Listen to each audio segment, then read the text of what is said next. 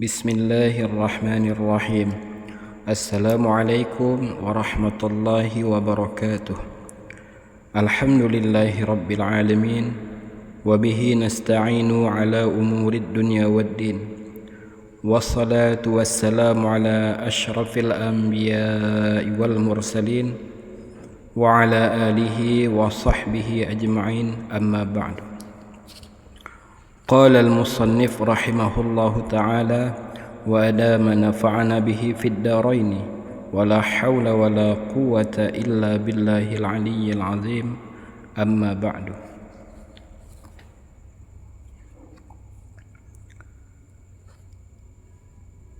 Saudara-saudaraku yang beriman, yang semoga senantiasa dalam rahmat Allah Subhanahu wa taala. Kita lanjutkan kembali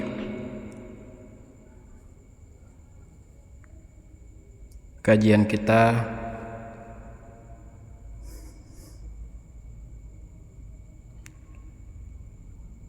sebagaimana yang disebutkan pada hadis sebelumnya, bahwasanya Nabi kita Muhammad sallallahu alaihi wasallam mengingatkan kita agar senantiasa memperhatikan sekaligus melaksanakan apa yang telah diwasiatkan kepada kita berkenaan dengan tanggung jawab kita pada istri-istri kita, yakni memberikan kasih sayang yang tulus dan memperlakukannya dengan baik.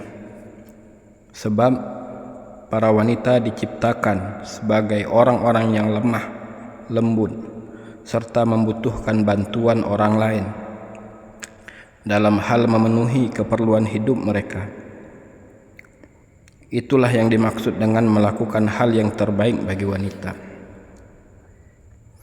Lebih lanjut, Rasulullah sallallahu alaihi wasallam menggambarkan, mengilustrasikan istri ibarat seorang tawanan. Istilah tawanan di sini merupakan majas atau perumpamaan dari sifat seorang wanita yang lemah dan membutuhkan kasih sayang. Ia diibaratkan sebagai tawanan bagi laki-laki atau suami yang secara utuh menjadi tanggung jawabnya, baik untuk kesejahteraan hidup maupun dalam masalah ubudiyah. Namun demikian, bentuk tawanan yang dimaksud Nabi dalam hadis tersebut tidaklah serupa dengan pengertian tawanan narapidana ataupun tawanan perang pada umumnya.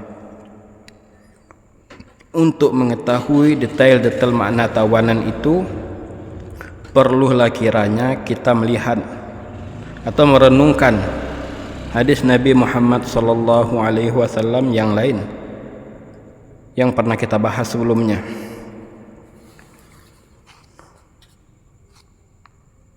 Bahwasanya Rasulullah sallallahu alaihi wasallam telah bersabda,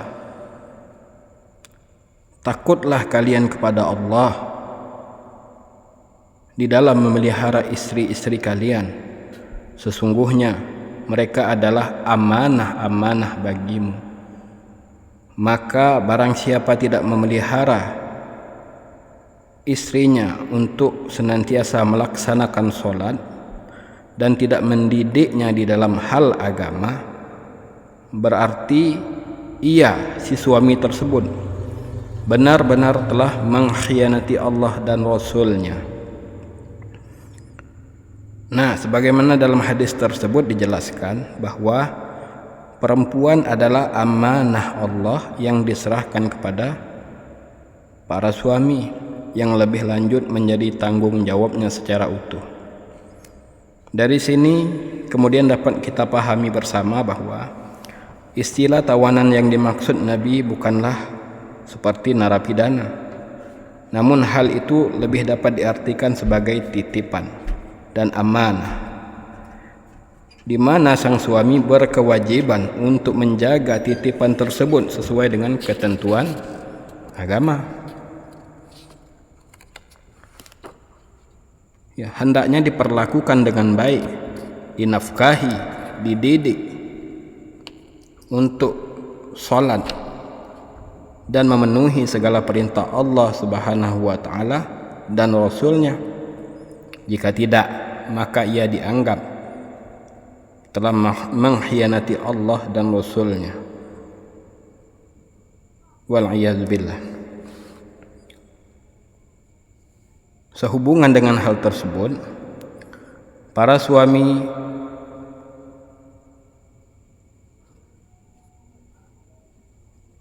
dituntun untuk memiliki cara yang paling baik di dalam bergaul dengan istrinya sesuai dengan ajaran Nabi kita Muhammad sallallahu alaihi wasallam. Jika mereka mendapati istri-istrinya berbuat nusyus atau secara kasat mata menentang suami dengan egonya, dengan angkuh dan sombongnya, maka hadis tersebut menunjukkan cara yang bijak dan metode yang baik di dalam upaya memperingatkan sikap mereka itu. Pertama, sang suami diharapkan agar tidak tidur satu ranjang dengan istrinya dalam waktu yang tidak terbatas sesuai dengan kebutuhan, yakni munculnya ihwal atau hal keadaan yang positif pada istrinya jika dia mau berubah. Dengan kata lain, apabila suami menghadapi istri dalam nusyusnya, dalam penentangannya, maka ia dapat mengambil sikap tersebut sesuai dengan kebutuhan. Menurut sebahagian ulama, masa pisah ranjang itu maksimal 1 bulan. Dan setelah suami mendapati tanda-tanda yang membaik, ada perubahan yang baik, misalnya sang istri menyadari kesalahan, kekhilafannya, atau kondisi positif yang diharapkan terwujud kembali dalam diri sang istri, maka suami harus bergegas menghentikan tindakan pisah ranjangnya. Dan ia tidak boleh menghindar dari niat baik dari sang istri.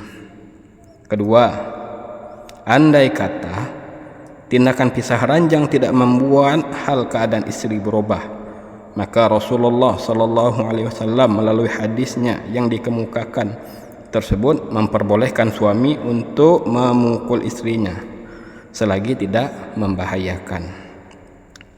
Maksudnya, jika pisah ranjang tidak membuat sadar, maka secara syariatnya suami berhak memukul asal tidak membuat fisik sang istri terluka. Jangan sampai memukul begitu kuat sehingga membuat noda pada anggota badan, apalagi sampai cedera berat. Itulah yang harus diperhatikan dalam menerapkan anjuran Nabi Muhammad sallallahu alaihi wasallam. Tatkala menerapkan peringatan tahap kedua kepada istri, dan ini merupakan sanksi yang dapat diwujudkan manakala istri tidak berubah sikapnya, padahal suami telah melakukan peringatan tahapan pertama. Namun jika istri sudah taat kepada suami dalam arti kembali melaksanakan kewajibannya sebagai istri seperti apa yang diinginkan syariat, maka sanksi tersebut tidak boleh diterapkan lagi. Hal demikian juga dijelaskan Nabi kita secara tegas, janganlah kamu sekalian mencari jalan untuk memukul mereka. Peringatan Nabi yang terakhir ini juga perlu diperhatikan oleh para suami. Paling tidak hal tersebut dibuat sebagai wahana untuk menahan diri agar tidak gerasak-gerusuk dan tidak bertindak melampaui batas dalam menghadapi masalah nusyus. Bahkan anjuran Nabi yang terakhir tersebut dimaksudkan agar tidak berbuat zalim. Pasalnya, jika sang istri sudah berubah sikap dan berbuat baik pada suami setelah mendapat peringatan sebagaimana di atas, namun suami telah tetap memukulnya, maka ia termasuk laki-laki yang zalim, suami yang zalim, yang jahat. Oleh karena itu, suami harus berusaha memendam peristiwa yang telah terjadi. Yang lalu biarlah berlalu dan mulailah dengan kehidupan yang baru. Anggaplah bahwa hal itu tidak pernah terjadi, sebab istri yang telah menyadari kesalahannya dan bertaubat atas dosa-dosa yang pernah dilakukannya terhadap suami, laksana seorang yang tidak pernah berbuat dosa. Wallahu subhanahu wa ta'ala a'lam. Wassalamualaikum warahmatullahi wabarakatuh.